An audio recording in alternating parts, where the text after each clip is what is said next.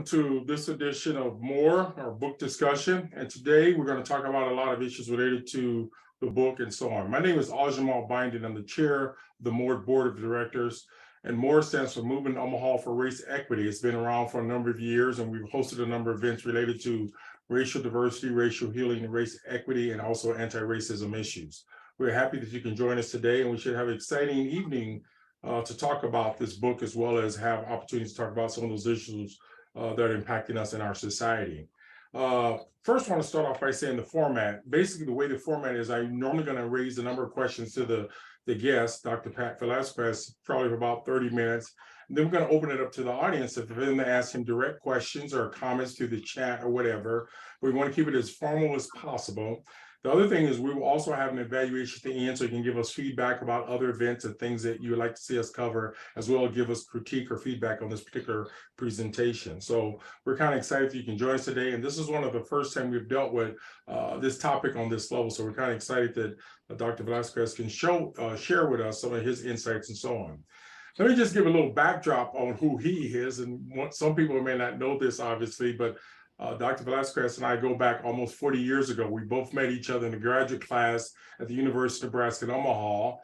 Dr. Velasquez is originally from Omaha and moved to San Diego later, but we met in this class, and he was sat on one side of the room, I sat on the other side of the room, and we had this teacher who talked about American education, but he didn't really talk about people of color. And so we both chimed in and gave him a certain amount of grief about how can you exclude a significant number of people in our community and in our history from American education. To make a long story short, the professor was very nice in the sense where he allowed us to do a little bit of independent study and focus on those issues. But I think we also helped teach him a lesson about you cannot talk about American history, and particularly American education, without including some of the challenges that many people of color, Latinos, Chicanos, African Americans, Asians, Native Americans experience in their educational regime. So that's how Pat and I met. And then, of course, he was the director for a number of years at the Chicano Awareness Center.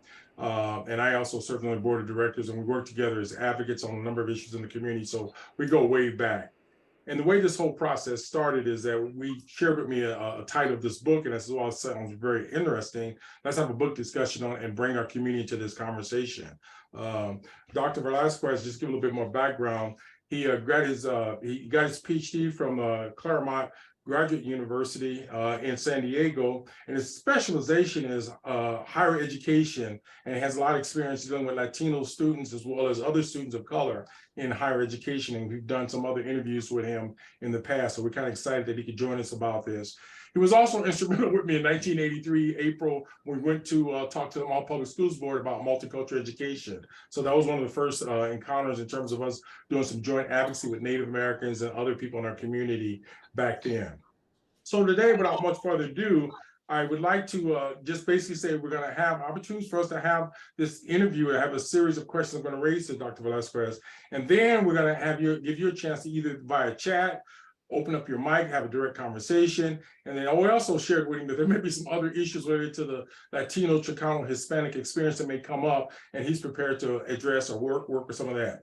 We may need to call an audible because we had planned to go from 6 to 7 o'clock. And if something comes up where we need a little bit more time, he said he's open to hanging on the mic and being able to respond to people accordingly. So without much further ado, I would start by saying, Dr. Velasquez, can you please share a little the view and the audience participants a little bit more about yourself? Sure. Thank you, Ajamal. Buenas tardes a todas. Es un placer estar aquí con ustedes. Again, I'm Patrick Velasquez.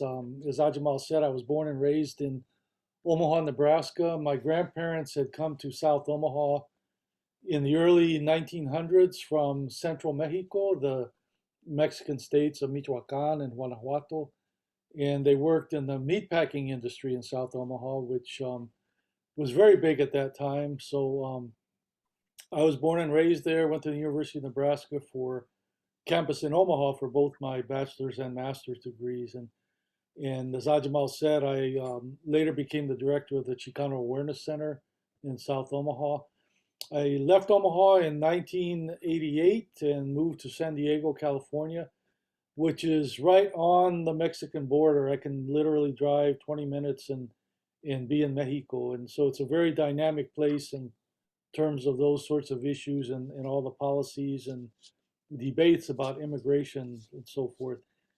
I'm a retired now. I consider myself a retired Chicano educator, but I spent 28 years working at the University of California campus in San Diego. I worked as a lecturer in the Education Studies Department and also a mid-level manager in student affairs at UCSD. Um, University of California is considered the top of the tier of higher education in the state of California and public higher education. And the campus at which I worked in San Diego is notorious for being, I would say, undoubtedly one of the most racist colleges or universities in the entire country. And that's another story in itself. But again, I retired from there in 2017, and since then I've been active in advocacy here in San Diego, most of all as the co-chair of a organization called the San Diego Chicano Latino Concilio on Higher Education, or Council of Higher Education. And so we are basically monitoring and advocating for maximum access and success for Chicano students in our public higher education institutions in San Diego. Okay, good. Well, the other thing, we'll start off with the first question.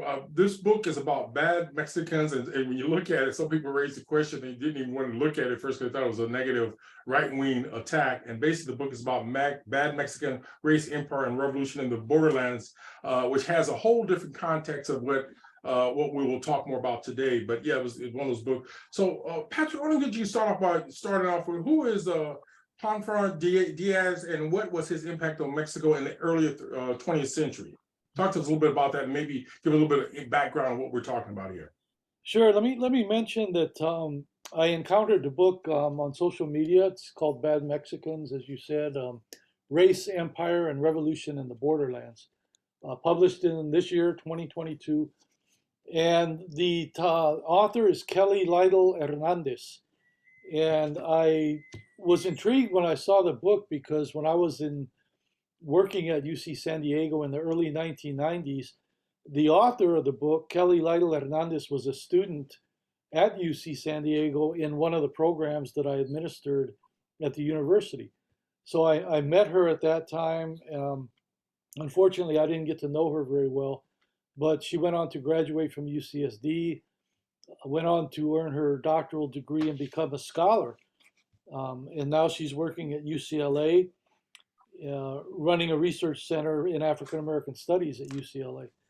So I was very intrigued by the content of the book, but also by the author. So I bought the book, and the name you mentioned, Porfirio Diaz, is the name of let's say, the antagonist of the book, the historical antagonist. Diaz was the dictator of Mexico from the late 1880s up through the period when the revolution started to overthrow him in 1910. So he was the dictator in Mexico for about 30 years, if you can imagine that. And it's hard to really, I think, get a true sense of the book without a little bit of context for the period of this book. Again, it's really takes shape around the time of 1910 when the revolution in Mexico started. But I think it's good if you get a sense of Mexican history before that. Of course, this is by far not the beginning of Chicano history. Chicano history goes back centuries before this book to the development of indigenous communities throughout Mexico. And then, of course, Mexico, like all Latin American countries, was colonized by European terrorists, I would say, invaders and genocidal folks from countries like Spain and Portugal and Great Britain. And they had a revolution to overthrow the Spanish rule. From there, they were in the mid 1800s. Mexico was invaded by the United States. The United States invaded Texas. They annexed Texas, which was Mexican territory, part of Mexico. And they forced an illegal war upon Mexico, won the war, and then basically forced Mexico to sell half of its national territory to the United States. So where I'm sitting right now in San Diego belonged to Mexico before the Treaty of Guadalupe Hidalgo in 1848. And so all this tumultuous period, I think, really made it easier for a dictator like Porfirio Diaz to come in and establish his regime, his dictatorship in the late 1800s, and to hold on to that dictatorship all the way up until the revolution started in 1910. If you want to characterize the Diaz dictatorship, which was called the Porfiriato, he basically gave away a great deal of Mexican land to wealthy white corporate investors from the United States. And in fact, as the book documents, Diaz allowed these foreign investors to come in and buy 25% of Mexico's arable land, the land that was available for farming.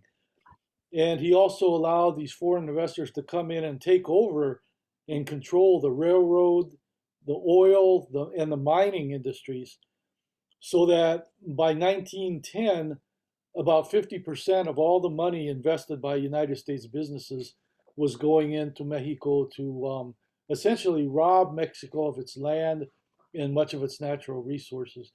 And of course, to completely dispossess most of the poor and working class and indigenous peoples in Mexico. You know, Patrick, one of the things is different from some book discussions, and I had a chance to read the full book and was very impressed with their scholarship as well as the footnotes. And again, there were a number of questions that came to mind. In actual fact, there are parallels in terms of historically what happened in the United States on some other issues dealing with other groups. But also, who was this Ricardo Flores Mangan, and what was his social movements against the dictator regime and against Diaz? Because again, he was one of those guys who was the leader of the revolution. He was historically not talked about in some of our traditional education institutions, but tell us a little bit more about who this person is, because I think he was central to pushing back all these years in the book and elsewhere. Yeah, probably because of our historical and geographic proximity to Mexico, I would say that the Mexican Revolution of 1910 is probably certainly one of the most written about and researched revolutions in Latin America. And Ricardo Flores Magón, who is the protagonist of the book, he was not a military leader. So when people talk about the leaders of the Mexican Revolution, they often refer to people like Pancho Villa or Emiliano Zapata, Right. who were the military leaders of the revolution in Mexico. Ricardo Flores Magón was not a military leader. He was a journalist. He was a writer. And he was really, really tired of the negative conditions in Mexico that were brought about by the Diaz regime. And so he tried to, through writing, this is one of the most powerful parts, I think, of the book, is showing the power of the written word. And so through his writing, he tried to create the conditions and the consciousness that would foster a revolution in Mexico. Now, one of the things about Porfirio Diaz, I'm sure this is true of almost all dictators, he was very brutal in his repression of anybody that had a dissident voice in Mexico at the time. And so when Flores Magón tried to develop this revolution from the ground up, mainly through his writing, he was threatened and basically chased out of Mexico by Diaz security forces. So Flores Magón and his colleagues, his fellow revolutionaries, they relocated to the United States and to basically what we would call the borderland areas of states like Texas. Over time, Flores Magón and his supporters would go back and forth from Texas to California, all over the Southwest, constantly on the move.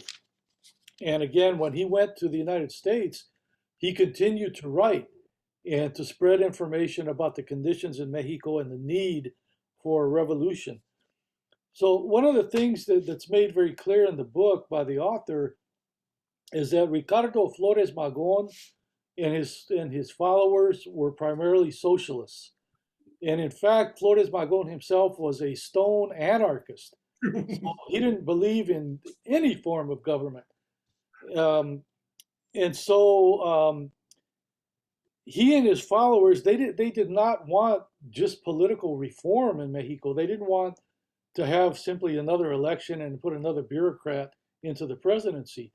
They wanted a full-scale revolution in Mexico. And of course, there's a parallel between this and the Cuban Revolution of 1959, where again, the goal is not simply reform, but transformation of the society and the structures of society. So they wanted to remove Porfirio Diaz from office, from the presidency. They wanted protection for Mexican workers. They wanted to put strict limits on foreign investment from countries like the United States. And they wanted the return of land that had been stolen from Mexico's indigenous communities. So that was essentially who Ricardo Flores Magón was, and his considerable followers. The author makes it clear that these are, quote unquote, for the most part, ordinary people from Mexico and in the Southwest, people of Mexican origin living in the Southwest. It was primarily a working class revolution.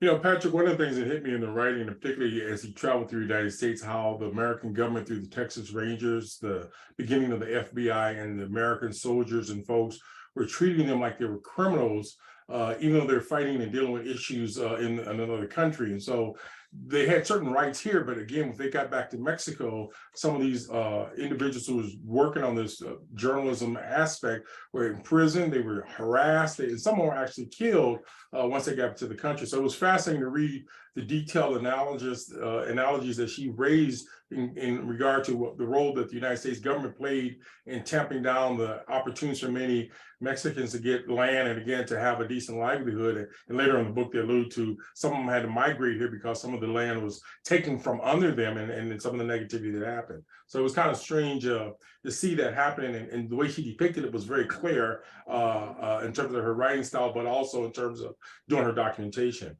I was going to ask you a different question. What then was the response of the United States government to the Mexican citizens who were creating the conditions for the Mexican Revolution? Again, I alluded to it just a little bit there, but what are some of the other things that we need to talk about? Well, again, though, as a parallel, the United States has never, ever accepted the revolution in Cuba. Even today, they don't accept the sovereign government of Cuba and its economic system. And you can imagine at this time, we're talking about 1910, the idea of a anarchist socialist revolution in Mexico was very scary to the United States government. And so they really marshaled their opposition to Flores Magón and his followers. Now, as time unfolded during as the book documents, by the time, spoiler alert, I guess Porfirio Diaz was eventually run out of office and into exile. By that time, the United States government had turned against him and no longer supported him. But during this 30-year dictatorship, Diaz was largely supported, quite a bit actually, by the United States government. And you can imagine that the United States government was very happy to see Mexico selling its land to corporate investors from the United States, generating more wealth for this country. So they really marshaled the government. Diaz reached out to the United States and said, hey, this guy is holed up in your country. And this is where the title of the book comes from. Diaz said to the United States government, Flores Magón and his followers are bad Mexicans. They're the bad Mexicans. So you have to help us get rid of them. And so the United States government marshaled its resources. Magón and his followers were targeted by the United States Department of State, the Department of War, the military, the Department of Justice, as you said, including the FBI, the Department of Commerce. Even the United States Postal Service violated its own laws by stealing the mail, the correspondence from Flores Magón and his followers, reading that and sharing the contents with people with the Department of Justice. So these agents were chasing Flores Magón and his followers around the country. And whenever they could, they tracked them, they arrested them, they imprisoned them, and they deported them. But as the book details from chapter to chapter, Flores Magón and his supporters were ingenious in evading the United States government and all its different agents. So it's a fascinating portrayal. Good, good. Um, According to Lau Hernandez, the author of the book, what is the significance of Flores Magon's social movement and eventually Revolution Mexico to both the U.S. and Mexico? So the way she writes this book, how does she depict this and the relationship of what happened in the United States? Well, she really does a great job, I think, in the introduction of the book, capturing the significance of this time period. Again, it's a snapshot. It's a historical snapshot of one period of history in both Mexico and the United States. But she really clarifies and makes it very explicit what the significance was. And she notes that Flores Magon and his followers really opened the road to the revolution in Mexico. They didn't fight the revolution in a military sense, but they really helped to make it possible. And they changed history on both sides of the border. The revolution itself in Mexico remade the country. So they adopted a new constitution after driving Diaz out of office in 1917. And the Constitution included most of the demands of Flores Magon and his followers. Now, another chapter we could talk about, some other discussion, is the degree to which the Constitution was actually enforced. That's another story. But the author also says that this period of time really remade the United States as well. So during the tumultuous period of the revolution, there were over 1 million Mexicanos that moved to the United States, creating a whole other generation of Mexican Americans. And as the author notes, today, Chicanos, Mexicanos, and other Latinos are the United States' largest non-white population, or population of people of color. Also, the Porfiriato, the regime of Porfirio Diaz, really launched the United States as a global economic power. This is really when they began to invest in other countries. And this corporate investment in Mexico really created a model of United States economic imperialism, which of course is not a good thing, but an important part of history nonetheless. The author refers to this as being a laboratory of United States imperialism. Also, the influx of all these Mexicanos really made the growth of the United States westward possible. They were the largest low-wage labor force. So the making of the American West would have never been possible without all these immigrants from Mexico that came during the revolution. So an extremely significant period in history for both Mexico and the United States. It really shows how the fate of our two countries are constantly intertwined. Patrick, we got about maybe 7 minutes or so before we open it up to the audience, but there are a couple of other questions I want to raise to you. And this is kind of a big picture. We say 60,000 feet level of the book. In terms of this book, how does it help tell that great Chicano story? And also related to that is, what is the significance of this book in our current situation that we're encountering today? And particularly, you may want to even allude to the denial or leaving this whole critical race theory. We don't want to talk about this. So help us understand a little bit, why is this book so important to us, particularly we're looking back in 1910, the late 1800s and so on. Mhm. Well, again, some of the significance lies in the fact that just as there was a whole period of time in the eastern part of our country and in the southeast in which racial hierarchy was established, the genocide of indigenous peoples, slavery of African peoples, and so forth, created a racial hierarchy that still exists today. And so you had something similar to that began to take shape and really solidified during this period in the so-called American Southwest. So Mexicanos, Chicanos in the United States, in states like California, Texas, Arizona, New Mexico, were systematically dispossessed from their land and became a low-wage labor force, and also segregated in areas like employment, education, housing. The author refers to this as Juan Crow policies, the parallel of Jim Crow policies in the Southeast. Mm-hmm. So most of this history is largely unknown, I would say, to non-Mexican people and even a lot of Mexican origin people in the United States. So I was sharing with you, Ajamal, that I remember the television series Roots in the 1970s. which tried to tell the story of African American peoples in the United States, going as far back as Africa historically, up through the institution of slavery. So when I read this book, that was one of my first reactions. This should be a movie, or it should be a television series, because the great Chicano story of history has not yet been told. At least I haven't seen it in the media. And as you and I have talked about, people don't tend to read books that much anymore.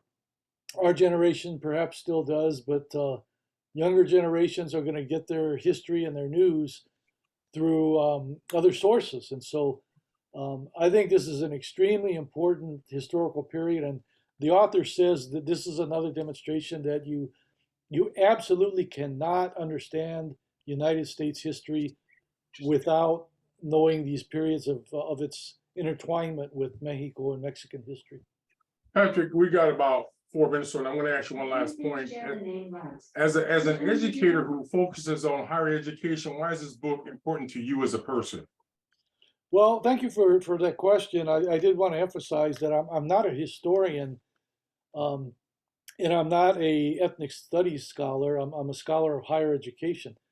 But I'm sure you remember as well, one of the first things we learned in graduate school in education is that educational institutions replicate the structures of society. In fact, that's their purpose, to perpetuate the structures of society.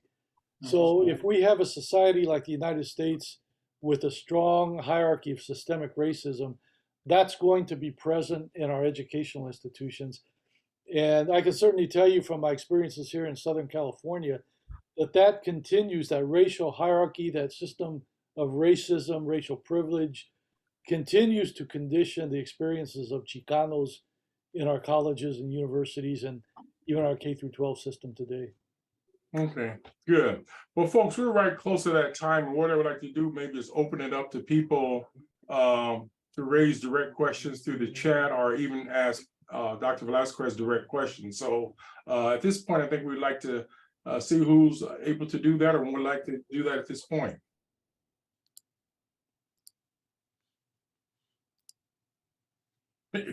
We'll switch up. Use this other main screen, so I'll put the camera here and switch it around.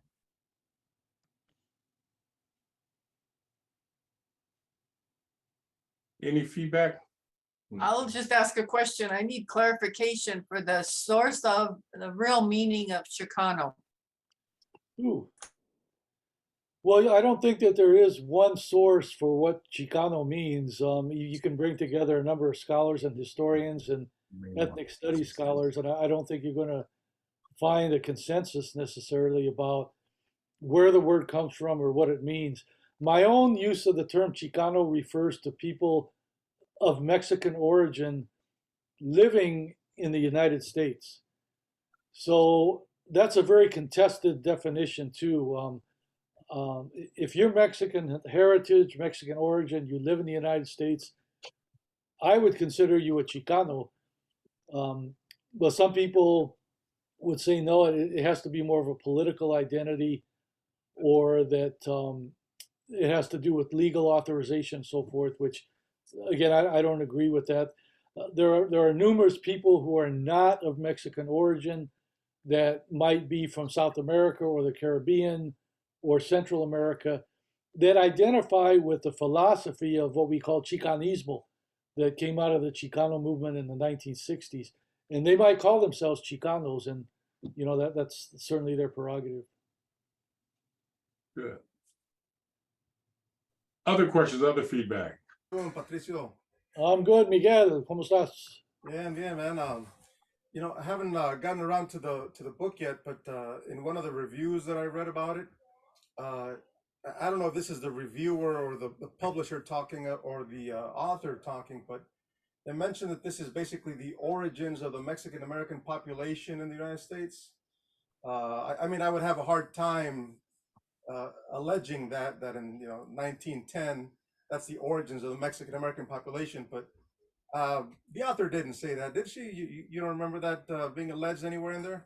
No, I think she says she does make a reference to Mexicanos as being the largest immigrant group in the United States.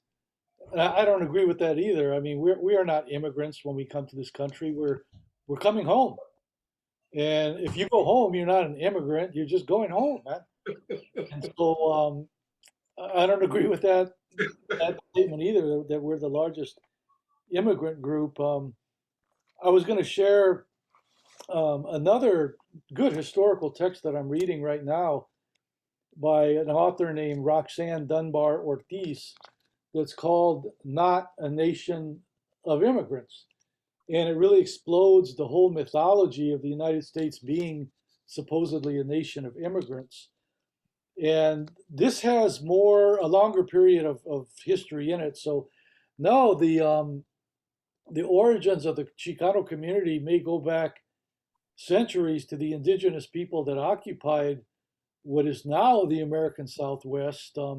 There's a lot of history / mythology about the founding of Mexico. I'm sure, Miguel, you've heard of this, and about Aztlan, the idea of Aztlan being the original homeland of Mexican people, that it actually was in the American Southwest, rather than Mexico. So I don't remember her saying that this is the origins of not the Mexican American or Chicano population. I don't think so. Now, I want to interject if I can ask a question. It's kind of a generic one, but when I was an undergraduate in Lincoln, I had a Native American teach American Indian history, and it was powerful. Never had someone do that.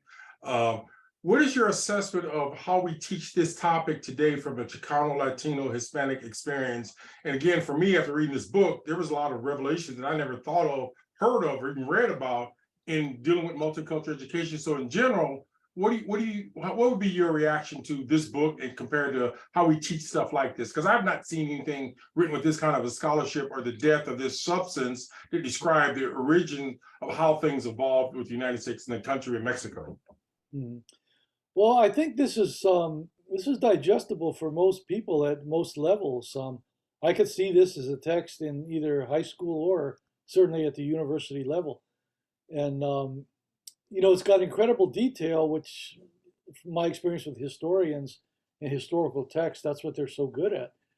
One of the things that the author, Lytle Hernandez, emphasizes is that there have been so many scholars of history, both in Mexico and in the United States, that have done research on Flores Magon and his movement and the revolution in Mexico. There's so much rich historical data out there.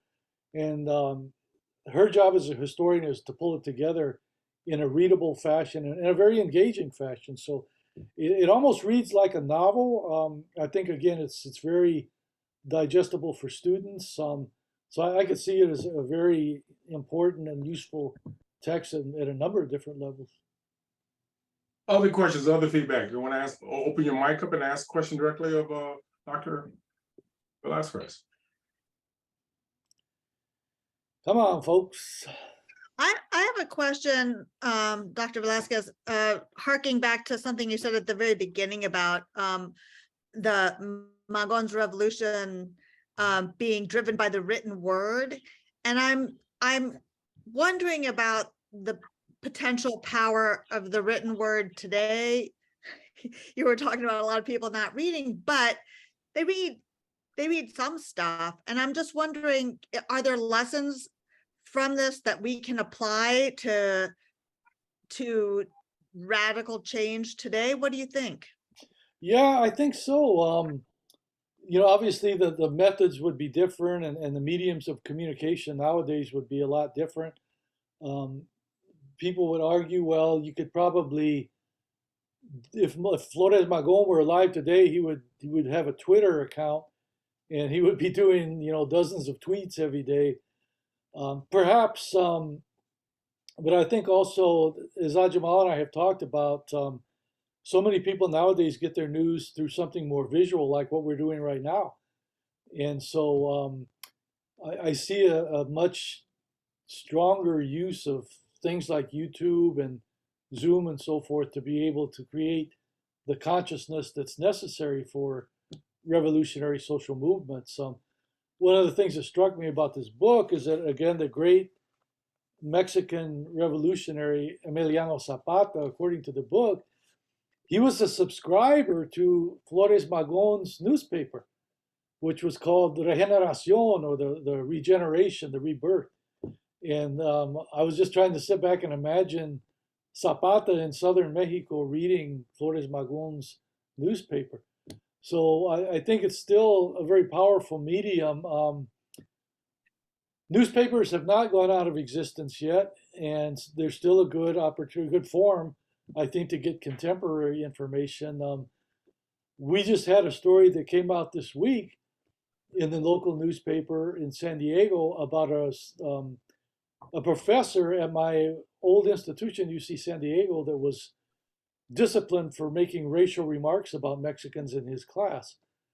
And so, I read it in the newspaper, and then I went to the website to find out more information about it. And so I think the bottom line is, yeah, the written word or the spoken word together, I don't see how you can have a social movement, effective social movement, without utilizing those as tools. Patrick, one of the things I noticed from reading the books is they had like 2,000 and 3,000 copies of the newspaper, and even the government, both in the United States and also Mexico, compensated, or at least not compensated, but they gathered the newspaper, they destroyed them, and they did all kinds of things to stop this journalist from writing about basic stuff. So imagine, here we have so-called freedom of the press, and then when it came to Mexico and the Mexican Revolution, and folks were writing about that, they kind of did all kinds of things to jump over backwards to stop the paper from getting to the people. The other point that she made in the book is that those people who couldn't read, and again, a lot more people could read than we imagine, they orally read it to other people, or they used word of mouth to communicate if they wasn't fluent in reading Spanish at that particular time, or the language that was written in. So it was fascinating that there was an oral tradition as well as a written tradition, but I was just amazed at how many numbers of copies of this newspapers were destroyed, or how many was printed in various places to help educate the people. So she delineates that very clearly in this book. Yes, indeed. Other feedback, other questions, other reactions?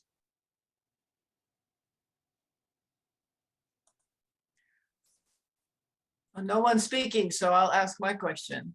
I'm an English language learner teacher. I don't like the word ESL because most of my students know more than one language. My question is, as I teach the Mexican students, which majority sometimes, what is something that I should keep in mind regarding respect for the history from which they come, which I need to learn more about? And I thought maybe I should be asking them, but it's just a question of what are some things to keep in mind as a non-bilingual, non-Hispanic speaker teaching English. What should I keep in mind with the Mexicans? Mm-hmm. Well, again, I'm not a linguist either. I've read a little bit of research in education about second language learning. And one of the things I remember is that the approach that students take when they're learning a second language is deeply affected by the status of their own language, their primary language, as well as the status of the second language that they're learning. So you have, I don't remember the European country where the bilingual education is very effective because the students that are learning a second language have a lot of pride in their own native language, their own traditional language. So I guess the thing that if I were in your position in teaching those students, I would keep in mind that their language as well as their entire culture is a tremendous asset for them. That is what some educators call cultural wealth, that the students bring from their own communities, cultural wealth, cultural capital that has its own intrinsic value. And so I think to honor that and to encourage the students in the process of learning English, do not neglect to continue strengthening your Spanish, because the goal should be becoming bilingual and biliterate. And so acquiring a second language is acquiring another useful tool, another asset that will enable them to continue working and living in two cultural worlds. But I think the more that you can respect their native language and honor it as a high status language, that will help the students feel better about themselves and feel more secure about learning English as a second language. There could be an inevitable amount of tension in these situations because, again, we still have a racial hierarchy in the United States. Chicanos are a subordinate ethnic group in the United States. Our lives are still conditioned by institutional racism in schools, racist law enforcement. Here in San Diego, if you have children, if you're Mexican, you have children, you have to teach them about the Border Patrol and what to do if they're apprehended. And so that's just the reality of life as a Chicano in the United States. We continue to occupy a subordinate ethnic status. And so I think, again, the more that you can honor their cultural wealth that they bring from home, that it'll be a much better part of the whole educational process for them. Patrick, the other thing in the book that I noticed, it even said that back in the day, Mexican could come directly into the United States without dealing with borders. She shows a picture in the book of a border post. And there was just two people standing there. And so people go back and forth freely. So there was not really much immigration control back then, and particularly when they needed the labor. But she also talks about the impact of the Chinese workers and how they, again, created the laws to exclude them, and then they had to deal with that accordingly. But there was a certain amount of exploitation that took place by these corporations, and she talks about that very clearly. And again, some of these corporations have done very well off the backs of people by paying them less money. In the book, she also alluded to the different salaries that the unions of the miners got. The guys who were European or management got like 3 times the salary, and then they would have people doing the same work, and they would give people different raises, incomes or wages based upon their race, or if they're Mexican versus American, and so on. So there was a lot of examples where she showed these dichotomies, and I was surprised how clearly it was documented. And it showed that this whole country has been built on the backs of poor people and people who are indigenous in other parts of the world. So it was fascinating to see that examples, particularly wages and how much profit they made off the backs of the folks and outright just stealing from them. Yeah, there was definitely a dual wage system there, as you said, with a higher wage level for white workers as opposed to Chicano workers, even if they were doing the same jobs. And this was part of the overall segregation, again, in every aspect of life in the American Southwest. And again, designed explicitly to maintain Chicanos in a subordinate status politically, economically, and even socially.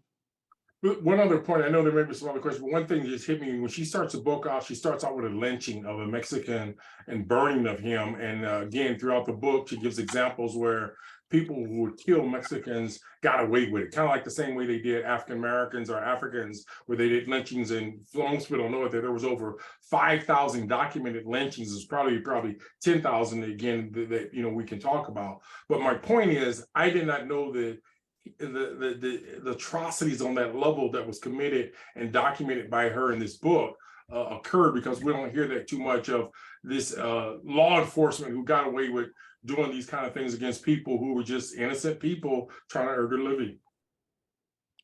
Yeah, and the murders, and it's important, I think, to emphasize, as the author points out, that the murders of Chicanos in the Southwest by the so-called white settler colonialists, they were completely supported by law enforcement agencies, and particularly the nefarious Texas Rangers, who, if you're my age, you've seen numerous movies where the Texas Rangers are glorified and romanticized as American folk heroes, right? And they were terrorists, man. They were, in every sense, in the Southwest, they played the role that the Ku Klux Klan played in the Southeast. And so, there's historians cited in this book by Lydell Hernandez about the hundreds of Mexicans that were documented as suffering from lynchings, and then probably thousands more that were simply killed and dumped into the desert, their bodies dumped into the desert or into rivers, etc. And so again, this all had to do with dispossessing Mexicanos of their land.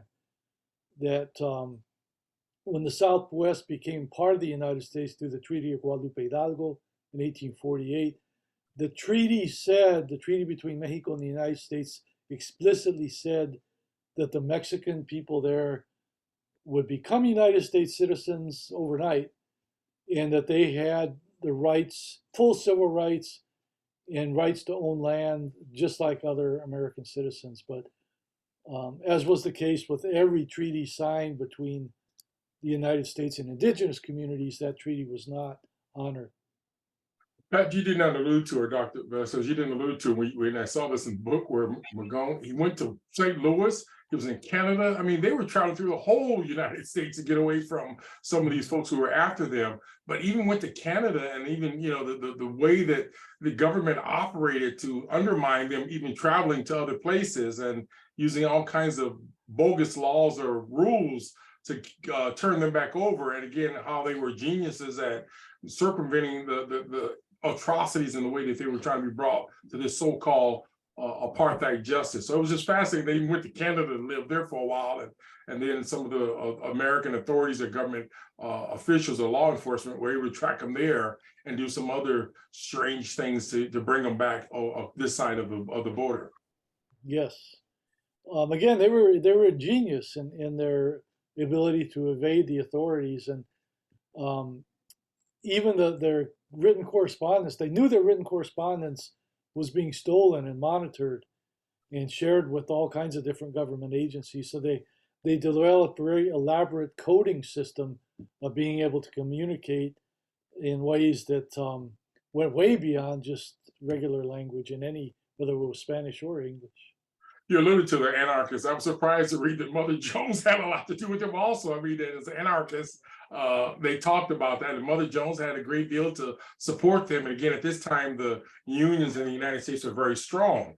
So they supported some of that. At one point, one of the Mexican unions, they said, we will accept you in this American union if you get rid of the Chinese, and they refused. And they said, no, we want them also in our union. So there were some things in this area in this book that she showed this cooperation amongst the different people of color or different groups who were oppressed by the United States government and the corporate interests. So it was fascinating to see them pushing back on that. Again, this is new information to me in terms of reading American history about the Mexican Americans, as well as the Mexican Revolution and so on. Mm-hmm. You know, there's a question in the chat room, it looks like, about Jack Dunn saying that I've read that the Mexican Revolution was the first socialist revolution in the world. Not being a historian, I can't vouch for that. I wouldn't be surprised, but maybe someone else knows that, but I'm not sure. And, you know, it was different. The 1959 Cuban Revolution was different. After the revolution succeeded, sometime after that, not right away, but sometime after that, Fidel Castro made the announcement publicly that about the socialist nature of their revolution. I'm not sure that any of the military leaders, certainly like Pancho Villa or Emiliano Zapata, would have described themselves as socialists. People like Zapata were indigenous people from relatively small villages in rural Mexico, where if you observe their lifestyle, their collectivism, their relationship to the land, and their structures of social relations and so forth, you might describe them as socialists, early socialists. But I doubt that Villa or Zapata ever read Karl Marx, or again, would be self-described socialists. So again, we might look at the revolution and say, yeah, the demands they made make us think about socialism. Some of the leadership of Flores Magon's organization was indeed explicitly socialist. And as I said, you know, Flores Magon was an anarchist, so he didn't believe in government, period. And so it's very interesting, but I'm not sure if there were other revolutions before or after this one that were much more explicitly socialist than the Mexican Revolution. You know, one of the things that came to mind from reading the book was the impact of American corporations. And so if you go into, as you alluded to earlier, the Cuban Revolution, and how they were legitimately came to power, and the inability of this government to recognize them as a government or even interact with them. Had Mexico went that other way, they would probably be in the same situation. But a lot of the relationship was driven by capitalism, money, and exploitation of the masses of peasants and low-income people. So sometimes we look at the conditions today, we wonder, why are these people migrating? Well, again, if you've taken away their livelihood, as in an apartheid state like South Africa or what happened back in those days, you can see why people don't stay in the countries, because they can't earn a living, and the salary situation does not allow them to support themselves, so they go elsewhere. I saw we have another question coming in the chat here.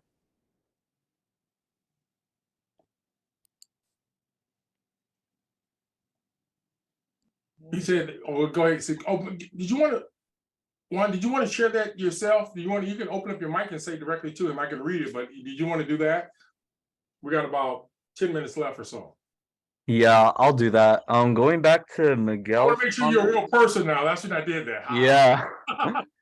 Going back to Miguel's comment, I looked it up in the book because I have it on PDF, and in the last page of the conclusion, it says ultimately the uprising they incited triggered a demographic revolution that gave birth to what is now the largest non-white population group in the United States. I believe that's what he was referring to when people were saying it gave birth to the Mexican population in California. I think that's where he was referring to. Yeah, somebody might have gotten that confused, because that what you just quoted from her is a lot different than saying that that was the beginning of the Chicano population. But I think she's talking about the key role that this revolution played in increasing the size of the Chicano population in the American Southwest. And again, we could talk about this for days, right? The meaningfulness or lack of meaning of the idea of Latinos. But yes, Mexicans, as I understand, Mexicans represent about 65% of all United States Latinos on the national level, and closer to about 80% of all Latinos in California. You know, the other thing, I always like to say this, being from Omaha, Nebraska, is Omaha is almost a perfect microcosm of the United States in terms of racial makeup. Latinos, Chicanos, Mexicans are roughly around 14% of the population. African Americans around 13%, and the numbers fluctuate a bit. But in the last few years, the Mexican Americans or Hispanics have outnumbered African Americans. And one of the things that we keep hearing about is that in the year, in another 20 years or 30 years from now, the country will be where people of color be the majority. So you hear a lot of this stuff that's coming out like, the sky is falling, and all you got to do is look at other countries where there have been transitions to know the sky is not falling. But what we need to do is be much more attuned to some of these issues historically that impacted the poverty of many groups, and again, the status of where they come from. So again, even though we may be a minority group, and we've had that in some parts of Nebraska where there are small towns where the Latinos or Chicanos outnumber the whites, and again, very peaceful in terms of what people are doing. But we need to look at that not as a fear factor, but as part of the evolution of what happens when you have a significant number of folks who have higher birth rates, and of course able to immigrate and do what they need to do to improve their family's life. So we need to talk about that at some point down the road. Yeah, when I left Omaha in 1988, I think Chicanos represented about 4% of Omaha's population. So I know I heard that a couple of years ago, I think that now Chicanos are about 13, 14%. Right. Of Omaha. That's a big increase in about a little over 30 years. So, and of course, here in my home state of California, Latinos are the largest ethnic group in the state, and we represent over 40% of the state population now. It's also a very young population, younger than the white population, so our political power is not yet commensurate with our numbers in the population. But yeah, those are the demographic trends at this time. Yeah. Any other questions? We got probably about 7 minutes or so left, right around here, 7, depending upon our time zone here. There's a question in the chat that just was posted. What are some of the strategies that are deemed successful from this revolution from the migrants that were targeted by the U.S. government? I'm not sure exactly how to interpret that. The migrants, I guess it's Nomi. Do you want to say a little bit more about that? Like, who are the migrants that you're talking about?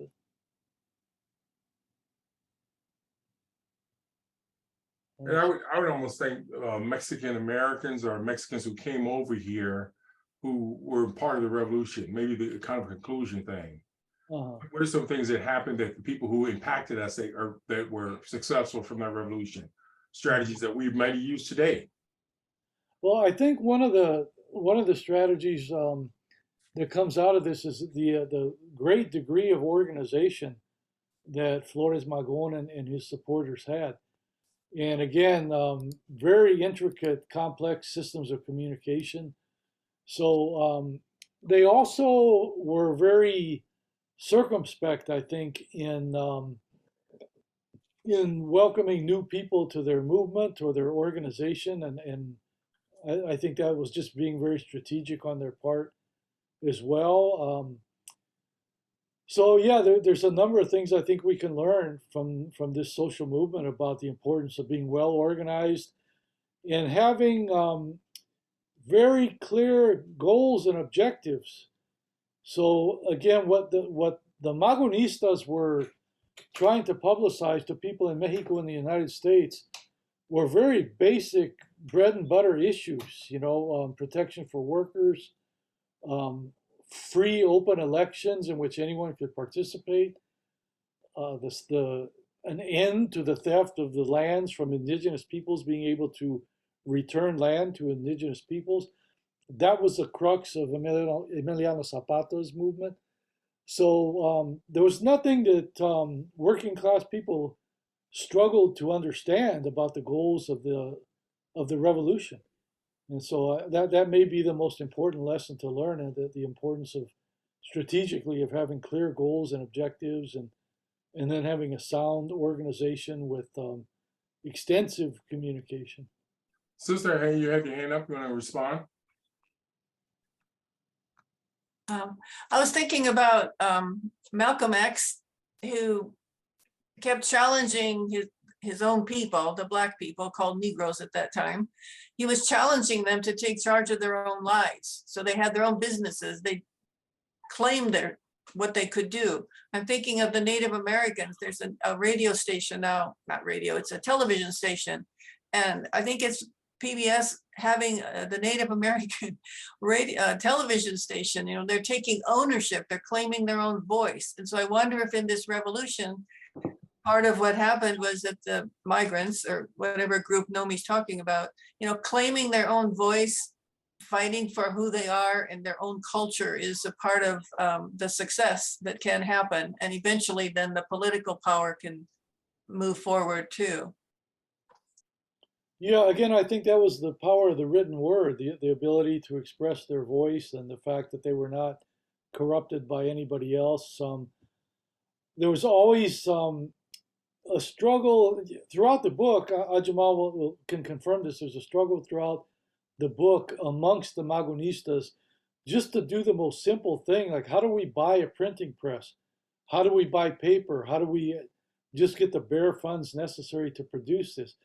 But in no time did they go to some capitalist entity or somebody from, let's say, the oppressor class in order to help get funding. So they were very self-reliant in that sense, and it was a struggle because of that. We could talk, that's a very interesting and important discussion for maybe another time, is the extent to which, I'll just say, like, capitalist strategies, like having your own business, are a viable part of empowerment and self-determination for communities of color in the United States. I think a lot of us tend to see capitalism as more of a problem than a solution. And but again, there are a lot of folks in the Chicano community. You have your Hispanic Chamber of Commerce, and usually there's a Black Chamber of Commerce and so forth, to think that capitalism is the one and only solution. And so very complex but important topic for perhaps another date.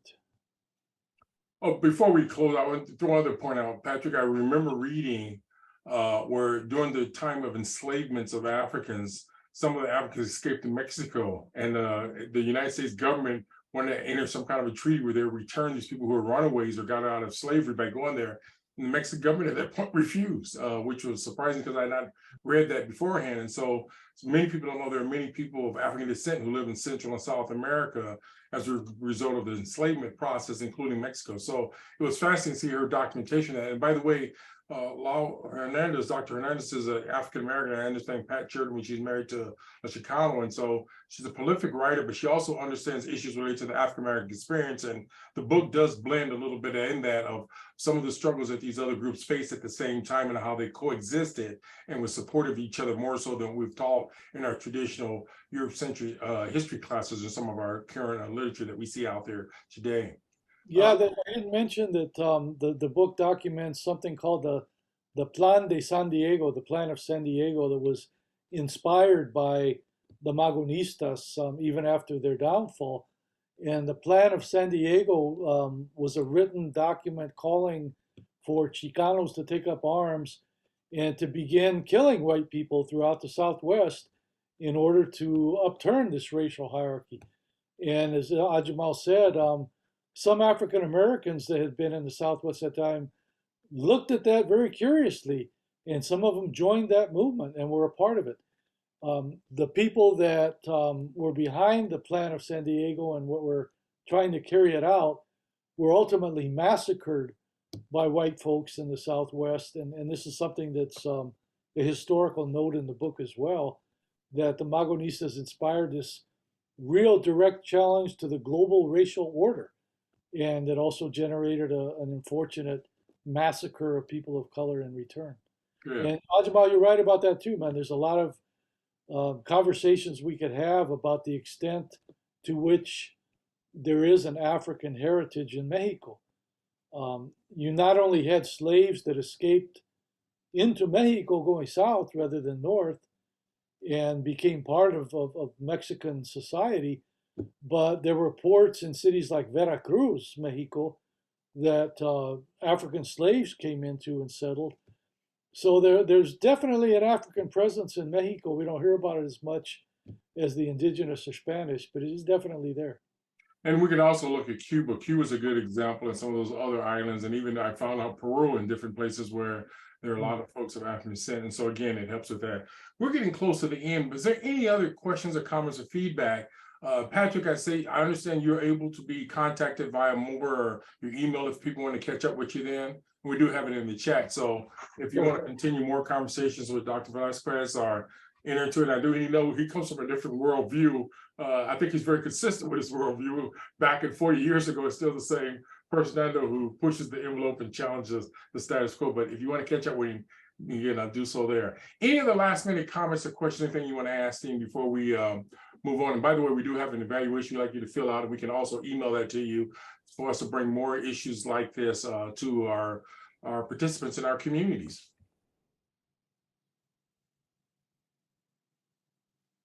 Well, Patrick, any last minute comments on your part before we close out then? Only say thank you to everyone for listening and for engaging, and thanks Ajamal for inviting me to do this. And yeah, again, I would definitely recommend the book to anyone. Hopefully we'll see it someday as perhaps a movie or a 10-part television series, because we still need to hear the great Chicano story. Yeah, thank you. Well, I really appreciate you participating with us, Dr. Velasquez, as well as the audience who participated with us today. And hope you can join us again for other events. I think next week we're going to have one about Medicaid, about some of the issues of people signing up, and more of an educational event for seniors and people who are dealing with that. And then, of course, we're going to have the other event related to Plate on November the 7th. But go to our webpage for more information. There are a number of articles, videos, and things with more moving Omaha for race equity. And our goal is to bring the worlds together in a sense and provide racial healing. And we hope you've enjoyed this tonight. And join us again next time we do another event. As we always end, may the force be with you, and Baroko.